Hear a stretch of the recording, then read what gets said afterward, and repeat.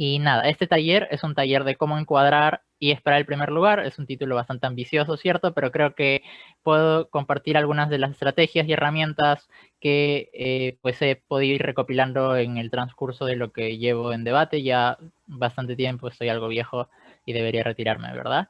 Pero bueno, mientras tanto, pues vamos a pasar a lo siguiente. Para las personas que entraron ahora último, vamos a hacer dos bloques, un primer bloque más conceptual y un segundo bloque en el cual explique unas cosas un tanto más avanzadas, intermedias, si quieren ponerlo de esa manera. Entonces voy a hacer una pequeña pausa a la mitad para que puedan hacer preguntas y una segunda pausa al final para que puedan terminar de hacer las preguntas que hayan quedado pendientes y así todo esté mucho más ordenado. Y esta sesión está siendo grabada para que pueda ser luego subida a YouTube y más personas accedan a la misma. ¿Ok? Bien, un pequeño índice de lo que vamos a ver. Vamos a hablar sobre el control del marco interpretativo. Vamos a hablar del encuadre más habitual, de cómo tener un encuadre clásico hasta cierto punto, que sirve bastante bien, especialmente para cámaras altas, y otra parte en la que vamos a hablar de desencuadre y reencuadre, conceptos que pueden a veces no quedar del todo claro, pueden ser un poco confusos. Y finalmente una pequeña aplicación en un tipo de emoción en particular, en este caso, que son las emociones de lamentar, que a veces no sabemos muy bien cómo debatirlas, ¿no? Entonces, por allí puede ser útil también esa aplicación del encuadre para ayudarnos a tener mejores debates en este tipo de emociones. Bien, ahora sí, hablemos primero de controlar el marco de interpretación. Porque entenderán, encuadre es un concepto específico, ¿cierto?, que utilizamos en debate competitivo, especialmente en el formato parlamentario británico, pero creo que es extrapolable no solamente al formato parlamentario británico, sino a otros formatos. Entiendo que hay personas que probablemente están aprendiendo recién el formato o que debaten en otros formatos. Entonces, en cualquier tipo de formato de debate, en cualquier tipo de discusión que se tiene, pues tenemos que tratar de controlar el marco interpretativo, ¿verdad? Esto yo lo analogo a el uso de una cámara de video. ¿A qué me refiero con esto? Cada persona en su momento de dar su discurso tiene el control de esta cámara de video y a quién le está mostrando las cosas, se las está mostrando al panel de jueces, ¿cierto? Entonces, si es que yo quiero hacer que el panel de jueces me crea, porque al fin y al cabo esa es la finalidad última de mi caso, ¿verdad? Que ganemos el debate, tengo que controlar bien la cámara y mostrarle lo que es mucho mejor para el caso. No de una forma, claro, no llegando al extremo de o ignorar brutalmente como la comparativa, porque eso no nos va a ayudar, porque luego alguien más va a tener en su posición la cámara y puede mostrarle que mentimos, y ahí quedamos mucho peor. Sino mostrarle estratégicamente muchas cosas, y eso es el posicionamiento estratégico, o como también podríamos llamarle posicionamiento táctico, ¿cierto? Ya algunas personas saben más o menos a qué me refiero. Y llevamos entonces la cámara a lo que consideramos más o menos relevante dentro de la discusión, porque entenderán que las discusiones que tenemos en debate, sea el formato que sea, son discusiones que en el mundo real son fundamentales y son importantes, ¿cierto? La mayoría de estas tienen que ver con cosas que nosotros probablemente no podamos resolver como personas normales y como naturales, ¿verdad? Como cambio climático, como pobreza, etcétera. Y discutir eso en un tiempo muy, muy limitado hace que también tengamos que saber y ser realistas al momento de abarcar las cosas y de seleccionar estratégicamente qué cosas vamos a discutir, por qué es importante discutir esas. Y allí estamos controlando el marco de interpretación, ¿sí? Nos ayuda sobre todo también a no ser olvidados dentro del debate, porque si es que logramos hacer que discutamos algo que todas las personas dentro de esa sala consideramos que debe ser discutido, ya tenemos un punto extra, ¿verdad? Porque ya vamos a asegurar de que no nos saquen de la discusión como a muchos equipos les gusta hacer, que no es lo mejor, ¿saben? Siempre es mejor partir de un plano en el cual los equipos pueden estar de acuerdo y allí ganarles en ese territorio. ¿A qué me refiero? Por ejemplo, es muy probable que una moción que tenga una temática alrededor del cambio climático, ninguno de los equipos esté de acuerdo con que el mundo deba ser destruido, ¿cierto? Todos queremos que haya una mejora con respecto a estos asuntos. La discusión va a estar entonces no en ese aspecto, sino en cómo, ¿verdad? Y por eso es poco estratégico tratar de explicar por qué es tan importante el cambio climático, ¿verdad? Porque más o menos es razonable pensar que lo es. Lo que tendríamos que explicar ya es por qué ese cómo particular tiene que ser más relevante que el cómo particular de la casa opositora, ¿cierto? Allí ya entramos a lo que normalmente se le llama beneficios o perjuicios exclusivos. Y en ese sentido podemos también como asegurarnos de mantenernos relevantes. Y eso le ayuda muchísimo, por ejemplo, en el formato parlamentario británico, la Casa Alta del Gobierno, ¿verdad? Que es la que normalmente más terminan olvidando, ignorando o no escuchan su encuadre, ¿cierto? Esto, pues normalmente lo que digo es, bueno, si es que no escuchan mi encuadre, el panel de jueces espero que sí lo oiga, y si es que lo han oído, probablemente entonces no me vaya muy mal, porque sabe qué era lo que queríamos discutir y sabe entonces que el resto de cámaras no ha querido hacerlo. Y eso ya no es mi culpa, es culpa del resto de cámaras. Deberíamos ser cámaras que igual intenten hacer lo que llamamos engagement, ¿no? Compromiso con el resto. Tercero, y como va muy de acuerdo con lo que mencionabas un segundo de cómo es que debemos evitar mencionar cosas que todo el mundo claramente va a reconocer como válidas, ¿no? O sea, el cambio climático importa, pues sí, o sea, nadie va a oponerse a eso que en un formato de debate en el cual más o menos asumimos ciertos consensos para discutir, ¿no? Porque sin consensos luego no hay cómo comparar. Uh, entonces, tenemos que evitar hacer menciones vacías de lo que vamos a hacer.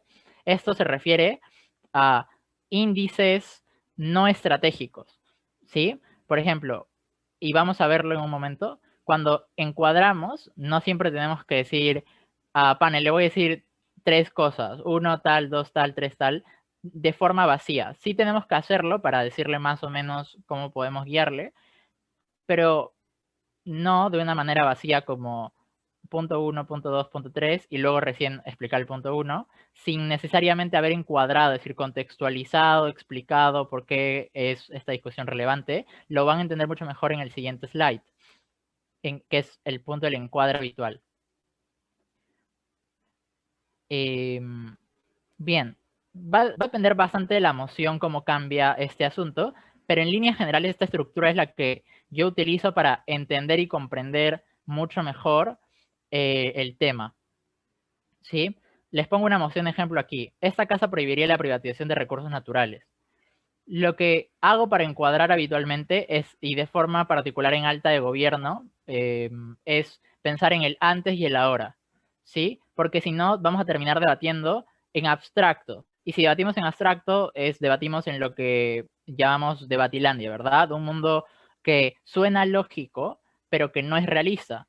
Y si no somos realistas, basta que una cámara muestre qué cosas sí suelen ocurrir en el mundo real con más naturalidad o con más plausibilidad para que estemos más fuera del foco del debate, para que la cámara ya no nos enfoque a nosotros y enfoque al resto del debate, y eso va a hacer que claramente el panel de jueces nos tenga menos consideración al momento de las comparativas, ¿cierto? Entonces, veamos el antes y veamos el ahora. El antes, o la explicación que haría en el antes, en un discurso, por ejemplo, de primer ministro dentro de esta moción, sería, normalmente, ¿sí? La privatización implica el control de los recursos por parte de una empresa que busca maximizar sus ganancias. Si se dan cuenta, aquí estoy integrando lo que antes llamamos, voy a empezar a definir panel. La definición de esto es tal, la definición de esto es tal. Y a eso me refiero con una enumeración poco útil o poco estratégica de las cosas. Por ejemplo, cuando antes decíamos, voy a definir, definición 1, y paremos como medio robots que están como explicando cosas, ¿cierto? Eso no es lo que deberíamos buscar. Por eso resalto en verde lo que considero el matiz. El matiz es fundamental porque nos ayuda a entender qué porcentaje o qué, como, qué parte del territorio abarca lo que yo estoy diciendo. No estoy afirmando que en todos los casos ocurra de esta forma, pero estoy diciendo que normalmente en la mayoría de los casos o ahora suele pasar de esta forma, ¿cierto? Entonces, para eso sirve mucho el matiz. Y en el antes tenemos que poner ese tipo de cosas. Normalmente la privatización implica el control de los recursos por parte de una empresa que busca maximizar sus ganancias, lo que en muchas ocasiones está por encima de los derechos de las personas. Es el encuadre que estoy haciendo. Estoy guiando el marco interpretativo para que el panel comience a entender cómo es que ya ha venido ocurriendo que empresas maximicen sus utilidades a costa de derechos de otras personas. No estoy afirmando que esto ocurra en todos los casos, pero sí en más de la mitad de los casos o en una gran cantidad, ¿no? Que son relevantes. No tengo que decir esto es súper relevante para que ya lo vaya captando, porque cuando yo selecciono información ya le estoy dando valor a la información que he seleccionado, ¿verdad? Ahora, este antes no es rígido en el tiempo y tengamos mucho cuidado, porque dependiendo de la emoción, vamos a tener que retroceder mucho o poco. Imaginemos, no voy a hablar de esta moción y hablar de un antes como de, en la Edad Media, la privatización de recursos decía tal cosa, ¿no? Claramente no, sería muy poco estratégico. Entonces, este antes no es un punto en el tiempo y no es siempre el mismo punto en el tiempo. A lo que me refiero es, no hay que retroceder demasiado, no hay que retroceder excesivamente poco tampoco, pero hay que tener un margen en el cual podamos explicar cómo han venido ocurriendo las cosas. Es decir, es transitivo, escojo un punto del tiempo y ese punto del tiempo lo grafico hasta llegar a la hora, por eso la flecha, ¿verdad? Con mis palabras voy construyendo el marco interpretativo, que es básicamente marco interpretativo, que es el framing, y framing es encuadre, ¿verdad? Como más o menos para que entendamos los conceptos. Cuando llego a la hora, entonces, es cuando ya se entiende el momento de la discusión, porque el formato parlamentario británico discute cosas en el ahora, pero no porque discuta cosas en el ahora, tenemos que dejar de lado lo que ha venido pasando, que es lo que le da sentido a la hora, es lo que le da sentido a la problemática, es lo que le da sentido a la toma de decisión que vamos a tener, al costo-oportunidad que cada casa va a graficar. Entonces, en el ahora, cuando digo actualmente, nuevamente un modificador, un matiz, ya se intenta regular esta privatización. Esta primera afirmación es full comparativa. ¿Por qué? Porque cuando yo digo ya se intenta regular la privatización, estoy hablando de lo que probablemente me iba a decir la casa contraria, ¿verdad? Estoy hablando de lo que oposición me iba a decir. No tienes que prohibir, tienes que regular. Cuando yo digo, sí, actualmente ya se intenta regular esta privatización. Sin embargo, es muy complicado, no estoy diciendo que es imposible, ya que muchos países no tienen instituciones suficientemente fuertes, no estoy diciendo que son estados fallidos, para hacer frente a las grandes empresas extranjeras, ¿verdad? Que poseen poder económico, político, para poder ponerse por encima. No tengo que extenderme demasiado en esto porque probablemente en mi argumento ya lo termine de graficar mucho mejor, pero le estoy dando ya al panel una perspectiva de cómo es que se va a tomar la decisión aquí. De no significa que esté ignorando que hayan regulaciones, no significa que esté diciendo que hayan estados fallidos que no pueden hacerlo, no significa que solo que estoy diciendo que es imposible. Lo que le estoy diciendo, panel, básicamente aquí como es el subtexto, que no estoy mencionándolo, pero que se entiende de lo que más o menos se va explicando, es que a pesar de todas estas cosas, no se ha logrado y por lo tanto tenemos que tomar una decisión, ¿verdad? Y esa decisión, la que defiende el gobierno, es prohibir. Es mucho más estratégico, por ejemplo, que como primer ministro haya dicho esto, a que directamente haya ido los argumentos y la Cámara de Oposición diga, sí, creo que la minería trae problemas, pero podemos regularla. Ahí ha tirado al suelo mis 7 minutos de explicación. Para mi partner va a ser fundamentalmente difícil reconstruir porque no solo tenemos que pensar que debate siempre es ultra objetivo. Claramente los jueces también se dejan guiar por cierto tipo de persuasión, ¿verdad? Es muy, muy claramente menos persuasivo cuando ya han votado la base en la cual se asentaban mis argumentos.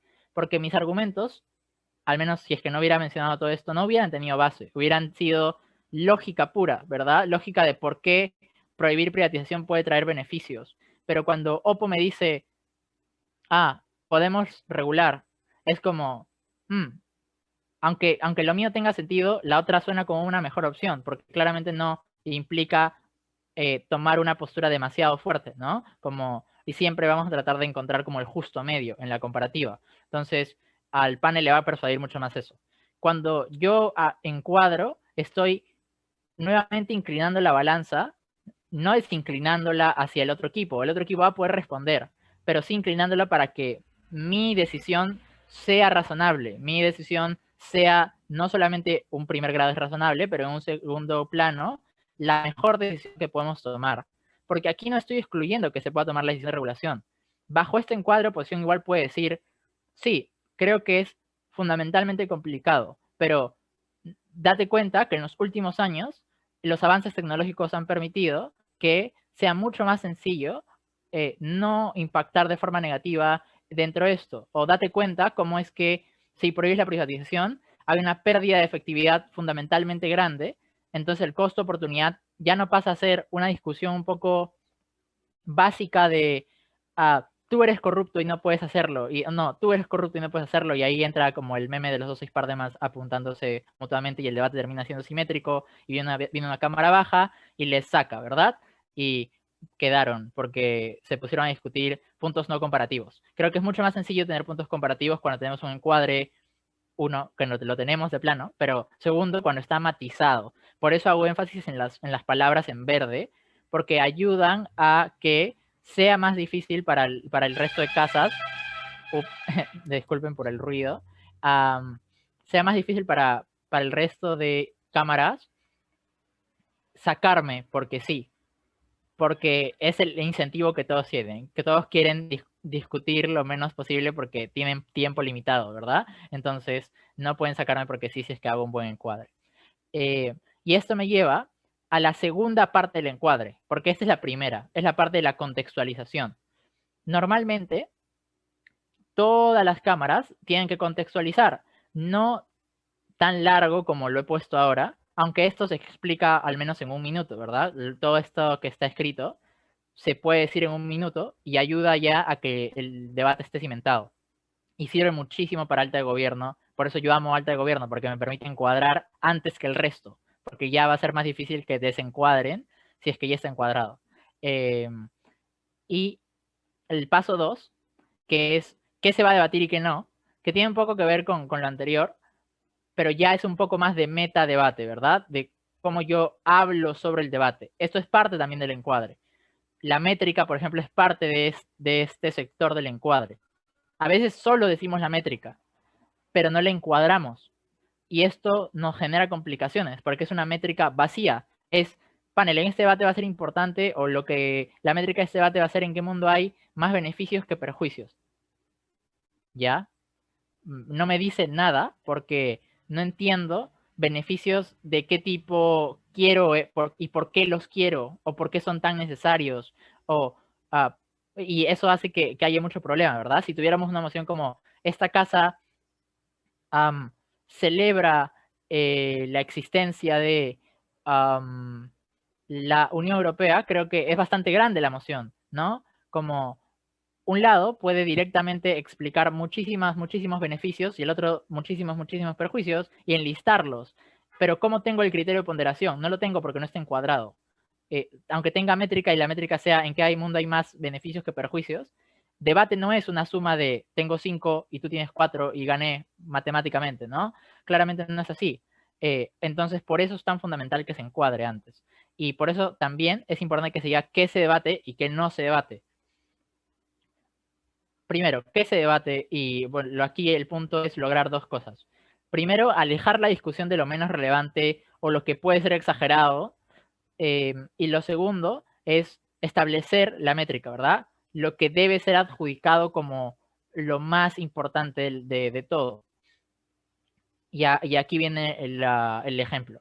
Este debate no es relevante. En este debate no es relevante si un Estado es corrupto o ni si no tiene manera de poder manejarlo. Creemos que ese sería nuestro peor escenario, ¿verdad? Es decir, el escenario menos comparativo en el cual la casa opuesta diga, no, es que tú vas a depender solamente del sector público y el sector público no funciona. ok, ellos aún pueden decirlo, ¿saben? Aún pueden explicarlo, pero van a tener que matizar mucho mejor, porque si no lo hacen, lo que va a terminar pasando es que van a caer en argumentar el peor escenario para gobierno.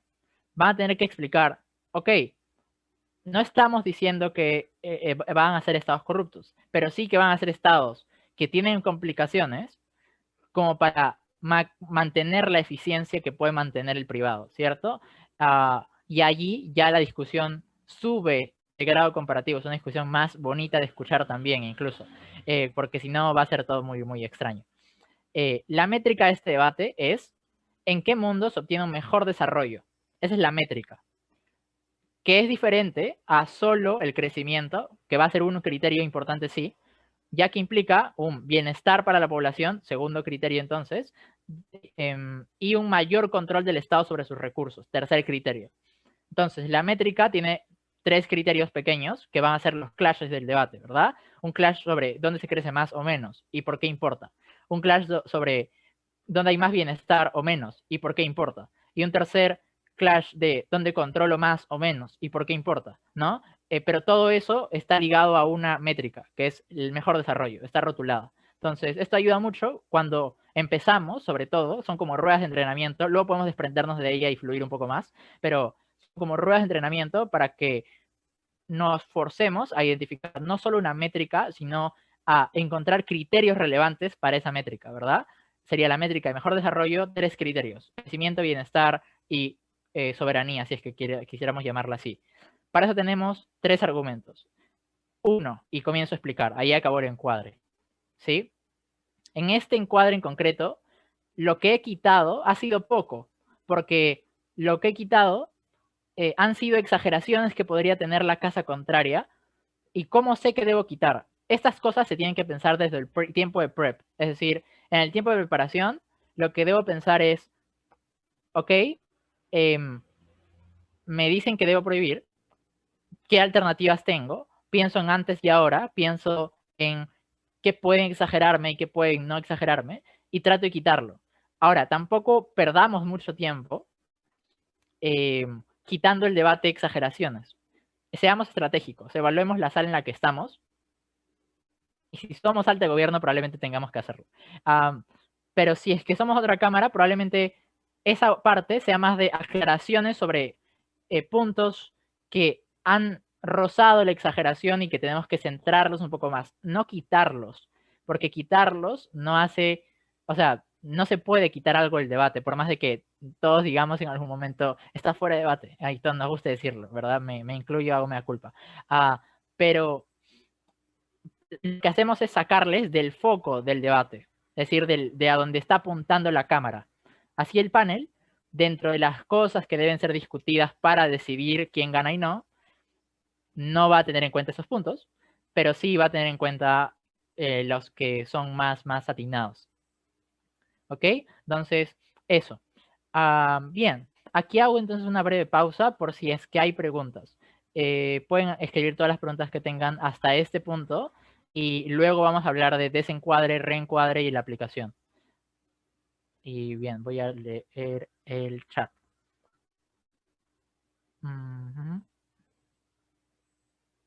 Aprovecharé para tomar agua.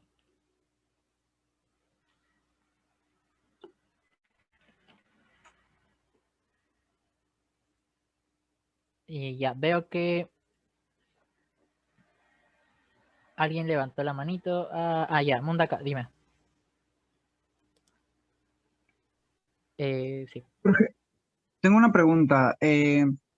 No sé si te acuerdas en la final nacional, lo que hiciste es como que decir que la corrupción, igual como era en ambos lados de la Cámara, ¿qué tan estratégico es, o sea, decir que hay argumentaciones que no son para el debate? Por ejemplo, no hay que hablar de corrupción porque por más que ha sido corrupto, igual todos han sido corruptos, cuando sabes que algo es va a ser tocado mucho por las oposiciones, ¿no? Te van a sacar mucho de si es corrupto, si importa en el debate, entonces cuando esos encuadres fuertes de decir esto no se debe debatir, pero las oposiciones quieren debatirlo y te van a reencuadrar, lo más estratégico es encuadrar que no se debe debatir o igual debatirlo. Bien, ahí hay dos cosas. Por ejemplo, creo que una es una línea como más media y otra es un poco más dura. para que todos estemos en el mismo contexto, Cristian se refiere a la final del Nacional de Perú de 2019, en el que la moción era: esta casa considera que el gobierno de Alberto Fujimori, el dictador peruano, ha tenido más beneficios que perjuicios, ¿verdad? Su gobierno tuvo más beneficios que perjuicios. Esa era la moción. Entonces, una moción, así como muchas otras que también podemos tener, que es como que tiene una línea moral que para la concepción social está inclinada hacia un lado, ¿verdad? No es que es una moción desbalanceada, pero dentro del imaginario social normalmente se tenían más argumentos para un lado que para otro en la mente de las personas, ¿verdad? Entonces, ese tipo de emociones hay que ser muy cuidadosos porque hay que intentar que todas esas discusiones que sabemos que nos van a sacar, por ejemplo, en ese caso en concreto, que violó derechos humanos, que fue corrupto, que metió mucha gente dentro de los poderes del Estado, que a día de hoy siguen haciendo cosas como de ese estilo, uno sabe, entonces como primer gobierno, que le van a sacar esas cosas. Entonces tiene que anticiparlas. Ahora, aquí hay dos partes. La primera, y ambas creo que pueden estar muy complementadas, la línea media y la línea dura. Primero la línea dura, que es tratar de sacarlo de debate, es decir, tratar de sacarlo del foco, que es desencuadrarlo desde el inicio. Y yo le diría directamente encuadrarlo hacia el lado del gobierno, ¿no? ¿Cómo? En ese caso, lo que se dijo es, pensemos fuera de ese gobierno. Todos los gobiernos, sin excepción, y eso es como hecho, todos los gobiernos sin excepción han sido corruptos. Entonces, más o menos no debería importar para este debate porque si no sería súper marginal, ¿verdad? Sería una discusión entre fue un poco más corrupto de lo que fueron los demás. Esa discusión entonces se vuelve menos relevante en la comparativa, o al menos uno trata de hacerlo. ¿Violó derechos humanos o no? También como se desencuadra, ¿no? Explicando cómo puede ser simétrico, como la mayoría de gobiernos también lo ha hecho, lamentablemente. Y luego entonces, esa es una parte, pero eso no estaría completo y no cumpliría la línea dura si es que solo digo que no voy a discutir. Por eso debo decir que sí voy a discutir instantáneamente después. Y lo que se dijo que sí iba a discutir instantáneamente después fue, el debate aquí tiene que ser sobre el gobierno. Un gobierno tiene una prioridad, si cumplió su prioridad, significa que fue un buen gobierno. Si no cumplió su prioridad, significa que fue un mal gobierno. Porque, ¿y cuál es la prioridad ahí? Y ahí había un encuadre de cómo es que el antes era fundamentalmente malo, cómo había como una superinflación o hiperinflación, cómo es que era necesario medidas muy fuertes para poder contrarrestar eso, y las medidas que se tomaron eran las necesarias para cumplir y por lo tanto fue un buen gobierno bajo ese criterio de perspectiva, ¿no? Es decir, se acomoda el marco de interpretación para entender cuál es la discusión de verdad. Esa es la línea dura. Ahora, por ejemplo, la línea media sería que si alta de oposición instantáneamente después saca la línea de corrupción, igual entras en esa discusión mitigándola, quitándola y nuevamente como paliando los beneficios que se tienen, o sea, los prejuicios que se tienen en ese aspecto, como no son tan grandes como lo está diciendo igual, ¿no? Entonces, ambas cosas tienen que estar complementadas, porque una no puede vivir sin la otra, ¿sí? Pero responde a discursos diferentes. Por ejemplo, si alta de oposición no entraba en eso y asumía directamente el encuadre, bueno, fresh, o sea, se puede seguir con esa línea, ¿no? Y si luego una baja si quiere sacarlo, no hay problema, porque ya más o menos hay un consenso sobre qué es lo más importante a discutir, y es muy complicado ya para la baja intentar desencuadrarlo en ese aspecto.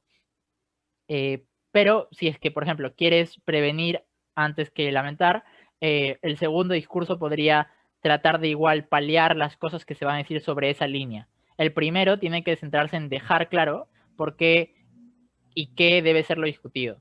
Sí, entonces espero que eso responda a tu pregunta. Ahorita me confirmas por el chat si es que se entendió. Ahora voy leyendo las demás. ¿El encuadre vital puede salir desde bajas? Claramente sí. Sí, puede salir desde bajas porque se hace una explicación de cómo hay dos escenarios, ¿no? Y ahorita vamos justo a verlo en reencuadre y desencuadre. Pero este encuadre habitual puedes explicarlo como panel. Para entender este debate tenemos que entender qué es lo que pasa inmediatamente antes.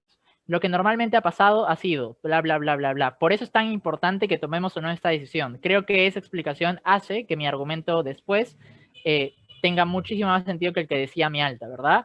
y trato ya de continuar. La explicación claramente no es tan extensa como la tiene un primer gobierno que tiene tiempo, 2 discursos argumentativos para poder darse un poco más de tiempo para encuadrar. Probablemente tengas que acomodar algunas cosas desde baja de gobierno, baja de OPO para poder hacerlo. Sí, ahora, luego Grecia, me dices, ¿qué haces cuando se dio un encuadre falso y eres baja de oposición? Ahí lo que tienes que hacer es desencuadrarlo, y ahorita vamos a verlo en específico, así que la siguiente slide va a responder mejor esa pregunta.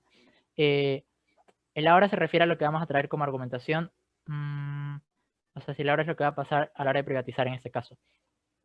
El ahora se refiere a lo que está pasando actualmente y nos trae como, o sea, ¿cuál es la problemática en específico? ¿Sí? ¿Cuál es el problema? ¿Qué es lo que quiero resolver? ¿Qué es lo que no está funcionando bien?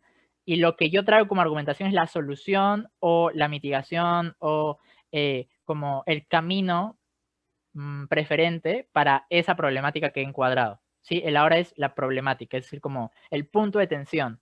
Y quiero como distenderlo con mis argumentos. ¿Sí? Entonces, es básicamente decirle, panel, esto ha pasado, ha generado este problema, mis argumentos lo solucionan. En breve, como en súper sintético, sería eso, ¿no? Como, y creo que esa estructura, por ejemplo, se aplica independientemente del formato, porque claramente todos los formatos más o menos quieren explicar cosas similares. Y es independientemente del tipo de emoción también. Por ejemplo, esta emoción es política y la problemática es muy clara, ¿verdad? Pero, por ejemplo, una emoción que de esa casa considera que deberíamos o se debería hacer tal cosa, también hay una problemática. Las de actor, también hay una disyuntiva del actor por tomar 2 decisiones, y se las presento al panel, y así podríamos continuar, ¿verdad? Entonces, ahí. Me dicen si es que respondí satisfactoriamente a sus preguntas. Si es que les queda duda sobre alguna, pueden ponerlo ahora también. Sobre la Grecia ahorita la respondo en la siguiente slide. Me confirman por fin, tanto Rose como Artemisia.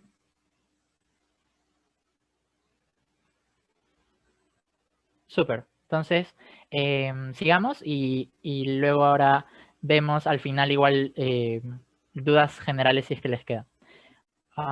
Bien. Entonces, ahora vamos con los conceptos relacionados al encuadre, que son encuadres, ¿sí? O sea, pueden, y aquí hago una precisión, pueden prescindir de llamarle desencuadre, pueden prescindir de llamarle reencuadre. Lo hago ahora para fines exclusivamente como explicativos, para que podamos entender cómo es que funcionan, ¿verdad? Y para que si alguien lo usa contra ustedes también lo sepan. Pero pueden prescindir de llamarle. Es encuadrar, ¿sí? A seca. Es que no quieren llenarse de conceptos para recordar. Lo entiendo perfectamente. Yo tampoco me cargo de eso. Solamente intento igual entenderlos para no sufrir. Aquí, el desencuadre es, y recordemos la analogía de la cámara, el desencuadre es como quitar de lo que ve la lente, quitar cosas de allí. Tengo un paisaje en el cual tengo un árbol, un columpio, el sol, las nubes y el césped, ¿no? Desencuadro quitando, por ejemplo, el árbol, porque ya no quiero que se vea el árbol, quiero que solamente se vea el columpio y el sol y las nubes y el césped, ¿no? Quito contenido dentro, o sea, quito el contenido del marco, ¿verdad? No estoy moviendo la cámara hacia otro punto. Estoy quitando lo que está enfrente de la cámara para que ya no sea conflictivo para mí, para que no haya demasiado, no esté muy cargado. Imaginemos o como enfrente de la lente hay demasiadas cosas. Cuando hay demasiadas cosas, no se aprecian los detalles, ¿verdad? Es en la misma analogía. Si es que hay demasiadas cosas, no se aprecia lo que quiero que se aprecie. Y por eso es que sirve tanto para bajas, porque bajas quiere, normalmente, que se vea lo que ellos están trayendo más de lo que se ve lo que dicen las altas. Por eso muchas cosas, no todo, lo pueden desencuadrar y quitar del frente, ¿verdad? Para que tus respuestas entren con mayor fuerza, para que si es que hubo algunas mentiras o imprecisiones, ya no sean conflictivas para la discusión.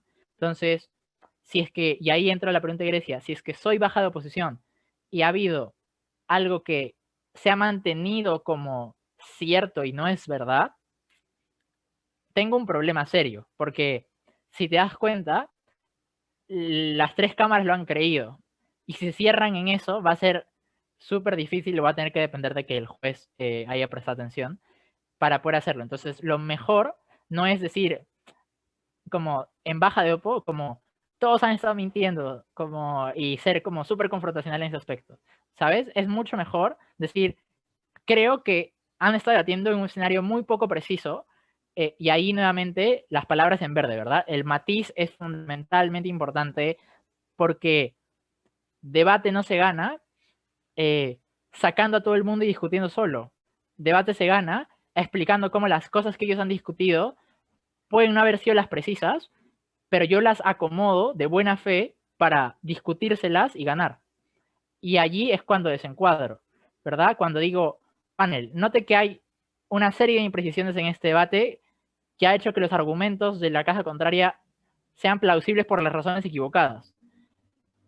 3 aclaraciones. Y eso es desencuadrar básicamente también. 1, bla, bla, bla, bla, bla. 2, bla, bla, bla, bla, bla. 3, bla, bla, bla, bla, bla. Entonces, ahí desencuadré, ¿verdad? Pero como he desencuadrado algo que ha sido muy relevante para la discusión, tengo que luego explicar qué sí es lo relevante, ¿verdad? Como ya habíamos hecho en el cuadro habitual, digo lo que no, lo que sí. No puede vivir uno sin el otro. Cuando digo lo que no, instantáneamente, no espero ni un segundo más, explico lo que sí. Porque cuando yo abro dudas al panel, las tengo que cerrar. Si abro, cierro. No podemos abrir sin cerrar porque si no, somos los culpables de que el debate no se entienda. Y si no se entiende, puedes esperar un primero y puedes esperar un cuarto. Y si luego como pasa eso, puede que parte sea responsabilidad del panel, porque hubo poca atención, pero mucha responsabilidad también es nuestra, porque generamos muchas dudas sin resolverlas, ¿sí? Así que desencuadrar depende fundamentalmente de que lo complemente con una explicación de qué sí es lo importante, no necesariamente reencuadrando, sino quizás hay líneas dentro del debate que son relevantes y me mantengo en esas líneas quitando otras, ¿verdad? Sigo teniendo, por ejemplo, nuevamente la analogía, quito el árbol, pero sigue estando el columpio, sigue estando el sol y sigue estando las nubes y el césped, ¿verdad? Y me enfoco en eso y ya. No he tenido que reencuadrar y como enfocarme en el detalle. Solamente he quitado esto y he dicho por qué lo que quedó sigue siendo importante. Los ejemplos aquí creo que pueden ayudar. Sigamos con la misma línea y con la misma emoción de antes.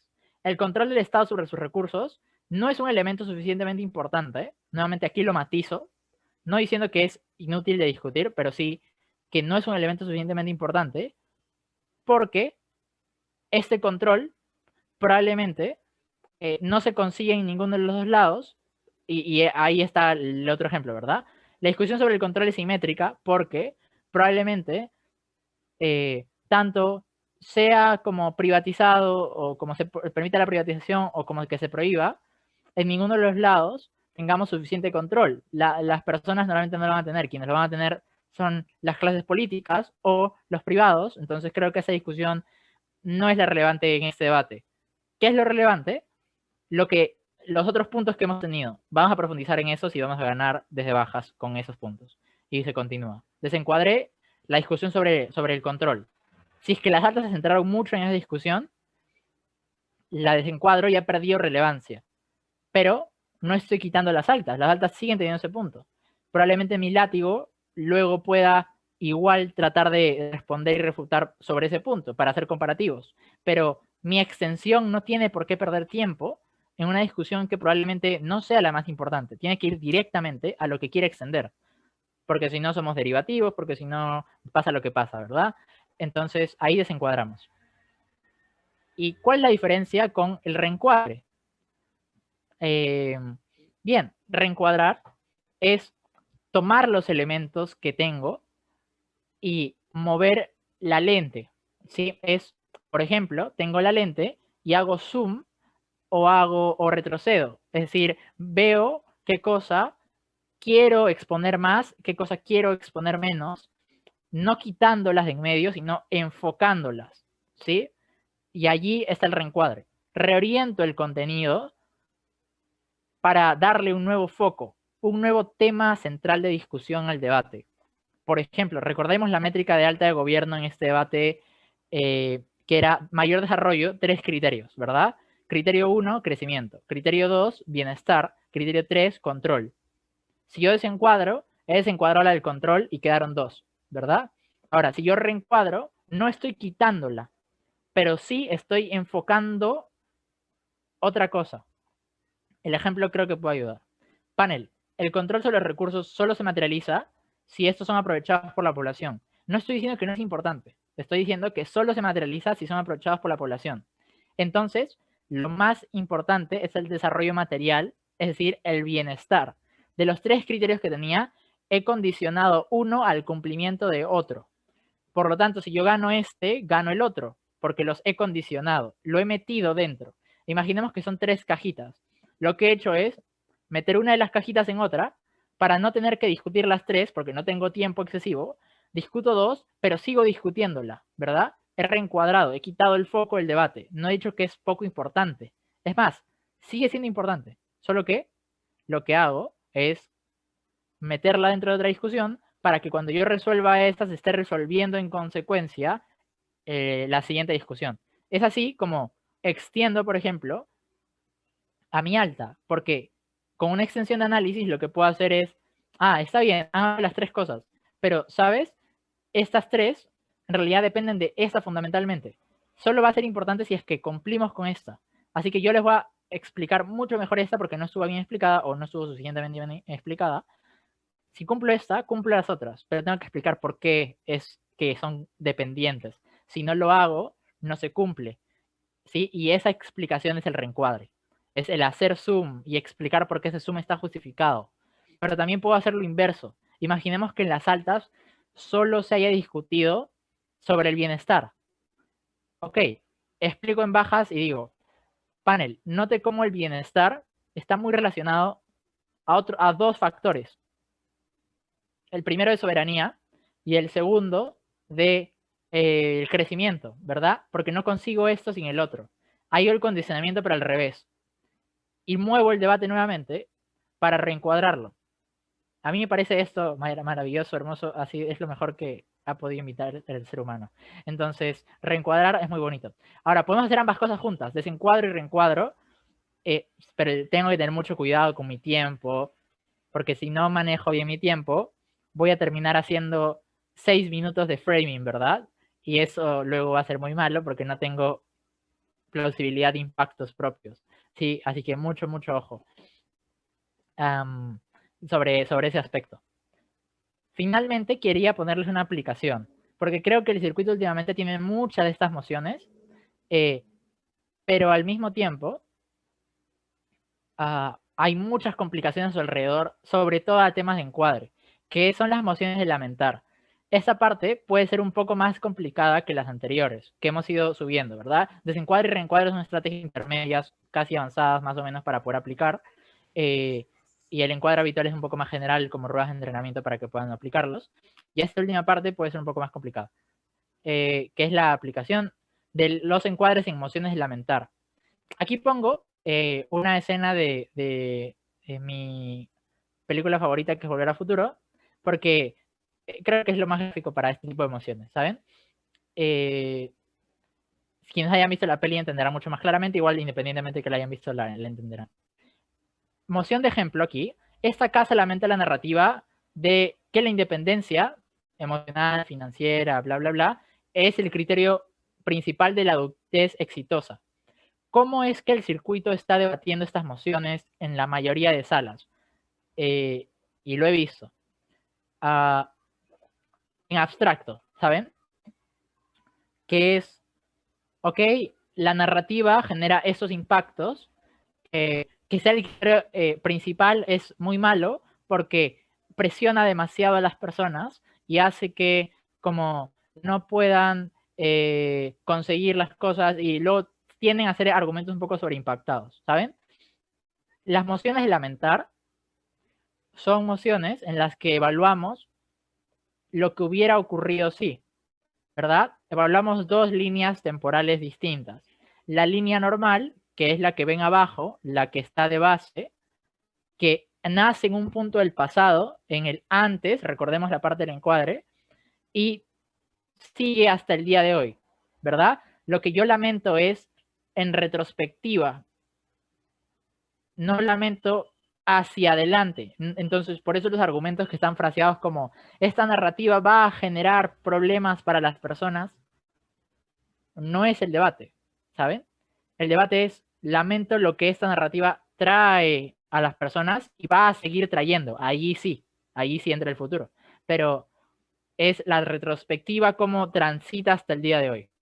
Ahora, retroceder, no tengo que retroceder hasta la Edad Media nuevamente. Por eso les explicaba al inicio lo del antes y ahora. No debo retroceder excesivamente, porque ahí sí se vuelve un debate súper extraño. Pero sí a un punto del tiempo en el que esta, en este caso narrativa, se origina. Hay un punto del tiempo en que esta narrativa se originó y comenzó a generar beneficios y perjuicios. Y yo como gobierno lamento ese tramo del tiempo porque ha generado más perjuicios que beneficios en algún aspecto particular que yo creo que está presente. ¿Verdad? Entonces, ese mundo, que es el mundo que ha pasado, es el mundo que oposición tiene que defender, es decir, el mundo real, la línea temporal en la que todas las personas estamos viviendo ahora, ¿verdad? Por eso les ponía la imagen del Volver al Futuro.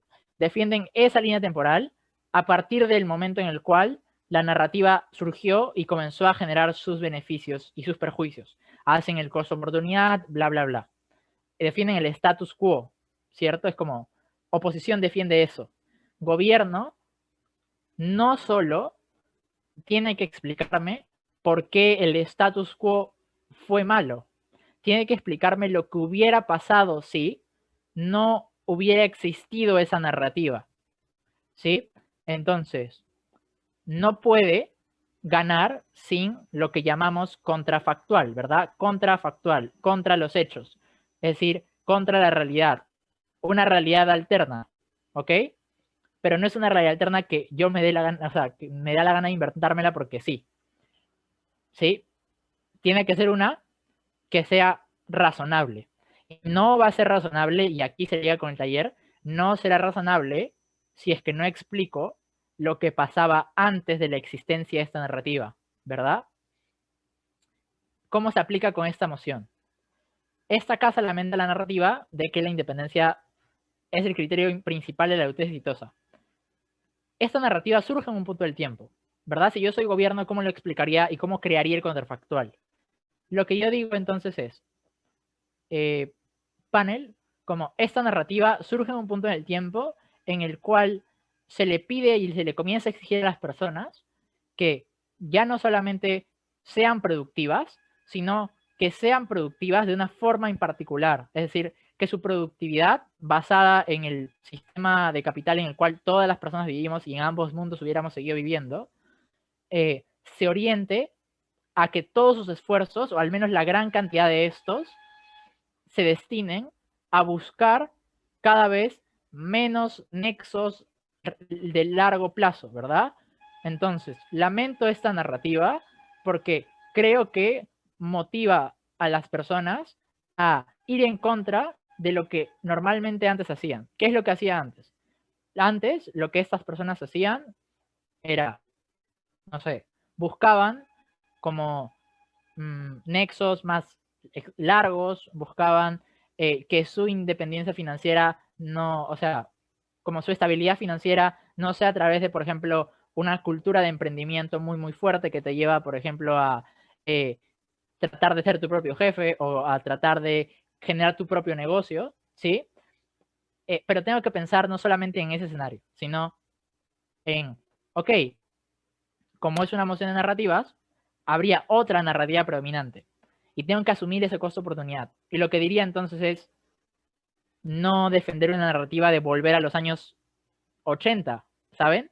No debo debatir el pasado versus el presente. Debo debatir los dos presentes, pero en realidades diferentes. Entonces, lo que explico ahí es, panel, lo más probable que hubiera ocurrido es que esta narrativa, la que ya existía, hubiera continuado su camino. Es decir, una narrativa que te decía, bueno, debes normalmente cuando encuentras un trabajo, retribuir a tu familia directamente, no necesariamente irte de casa, probablemente tengamos más personas que como a una mayor avanzada edad sigan conviviendo con sus familiares. Probablemente tengamos más personas que deseen una relación estable, monógama, ¿ok? Puedo asumir el costo-oportunidad de esto como que tengan complicaciones, pero creo que igual existen complicaciones de ese mismo tipo en el mundo de la casa de la oposición. Creo que esta independencia emocional como criterio principal se ha sentado muy, muy fuertemente y ha hecho que muchas personas, por ejemplo, ahora vivan de lo que es el como como amor fútil, como de mucho más ligero, de relaciones más cortas, sin responsabilidad emocional o con una menor cantidad de responsabilidad emocional porque estoy más pensando en mí mismo que en la otra persona. Y hago la comparación, ¿no? Y quito de en medio los perjuicios que son simétricos, que pueden afectar a ambos lados. La toxicidad está en ambos lados. Que haya gente que pierda su dinero está en ambos lados. Pero ¿qué cosa solamente hay en un mundo y en el otro? Creo que solamente en mi mundo puedo tener una mayor capacidad de estabilidad a largo plazo, que sí hace que las personas sean más dependientes, pero que esta narrativa igual se hace cada vez más perfectible, es decir, igual hay otras narrativas que complementan, por ejemplo, a que las personas prioricen su salud mental, o etcétera, etcétera, y ahí está la verdadera comparativa. No es inventarse un contrafáctico en el cual, bueno, sin narrativa de la independencia, lo que pasa es que las personas son igual sí hacen como muchos negocios, igual sí como no van a quedarse por mucho tiempo con una persona solo porque sí, etcétera. No, hay que asumir un poco el trade-off, hay que ser un poco más valientes, ¿verdad? Como no hay que tratar de evadir como esos puntos que sí son perjuicios exclusivos de nuestro lado. Lo que hay que intentar hacer es mitigarlos, es decir, a ver, aguanta, no son tan grandes como dices, pero bueno, sí los tengo. Y los pondero, lo asumo como parte del costo-oportunidad, ¿verdad? Pero para que se entienda entonces eso, tendría que haber encuadrado dónde nace la narrativa, cómo hubiera nacido mi otra narrativa, por qué es razonable entonces, y cómo se hubiera desarrollado ese mundo, y por qué no hubiera tenido los prejuicios exclusivos que tiene esta, ¿verdad? Creo que su narrativa hace que muchas personas sí, a pesar de tener menos como o peores condiciones económicas, aún así inviertan su dinero en negocios que probablemente sean mucho más arriesgados, que decidan o traten de cambiar constantemente de empleo porque sienten que quedarse en un mismo lugar es estancarse porque tienen muy calada esa narrativa, etcétera, etcétera, ¿verdad? Y podríamos seguir hablando de narrativas, pero esa es cuestión de otro taller, a mí me gusta mucho. Eso es fundamentalmente para que se entienda de dónde parte el encuadre, ¿verdad?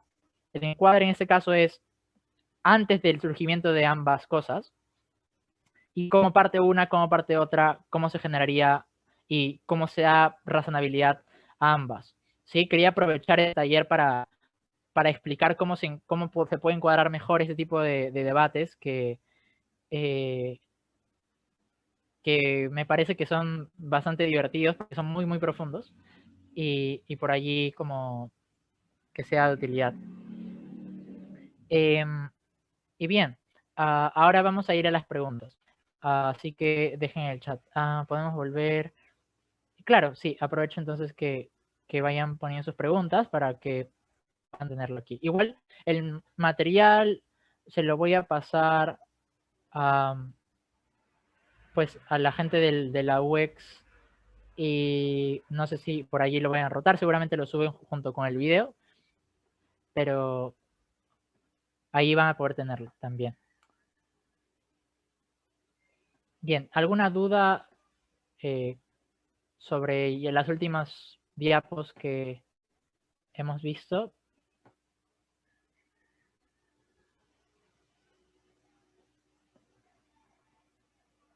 Uy.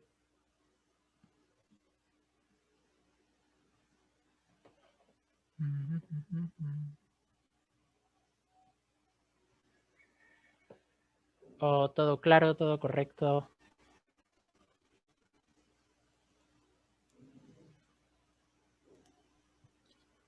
Yo tengo una duda, no sé si se me escucha. Sí. Ya, gracias. Una pregunta.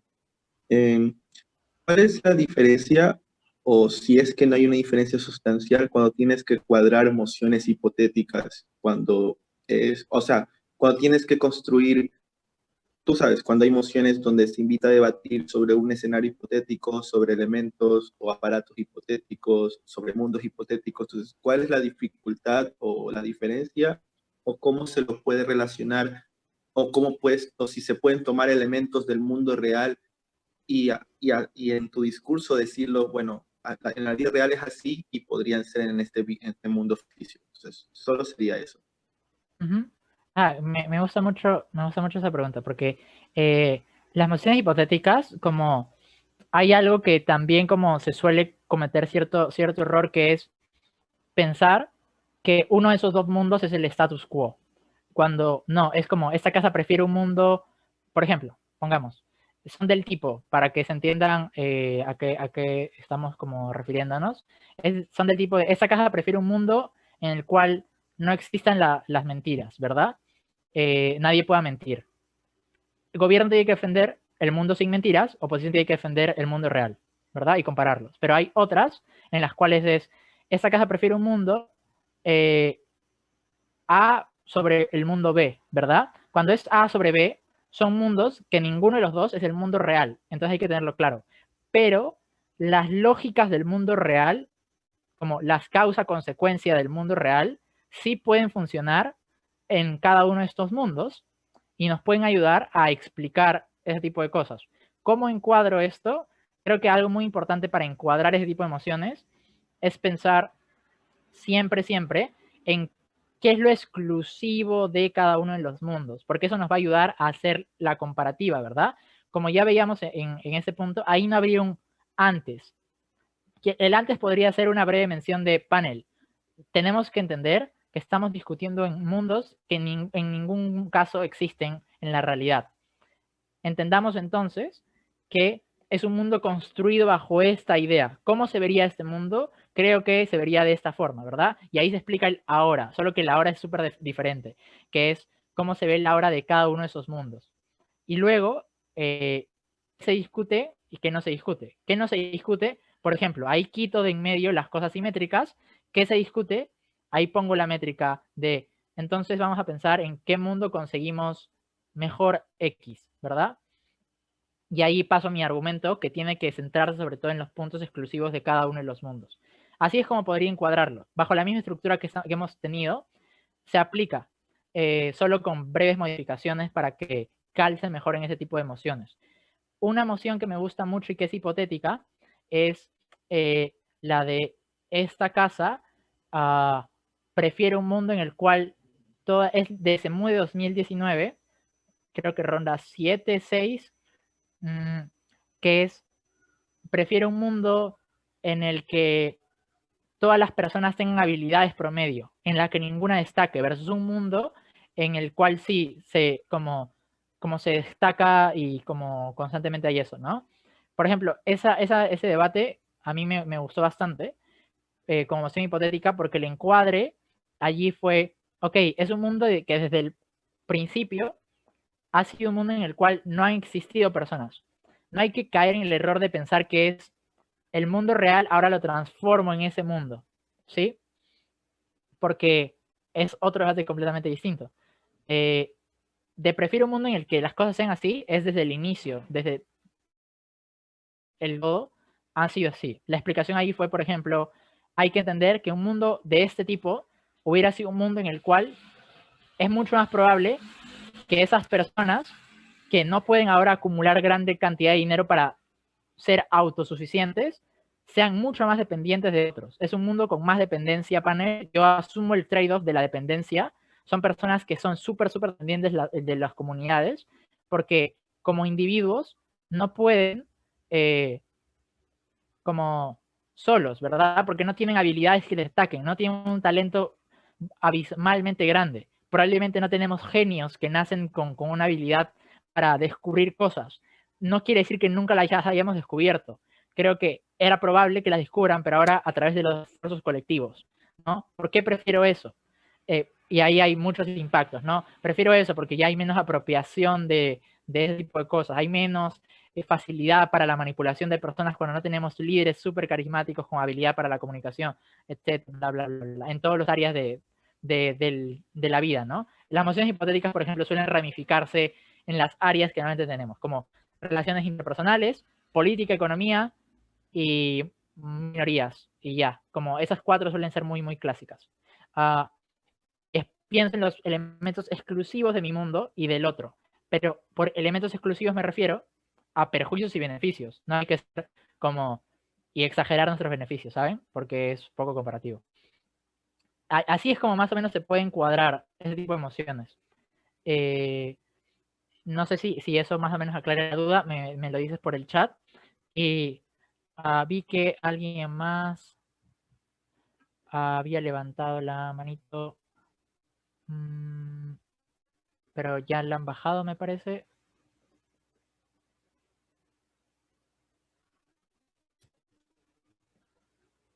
No, gracias a ti. Muy buena pregunta.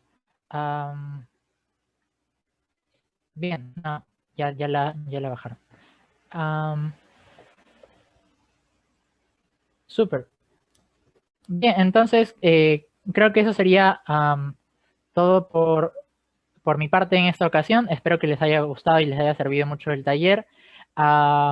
Cualquier duda que tengan y que no hayan podido o querido como hacer en este momento, igual pueden escribirme. Voy a dejarles mi número para que puedan preguntar lo que deseen, sea sobre encuadres, sea sobre cualquier tema que quieran que tenga que ver con debate.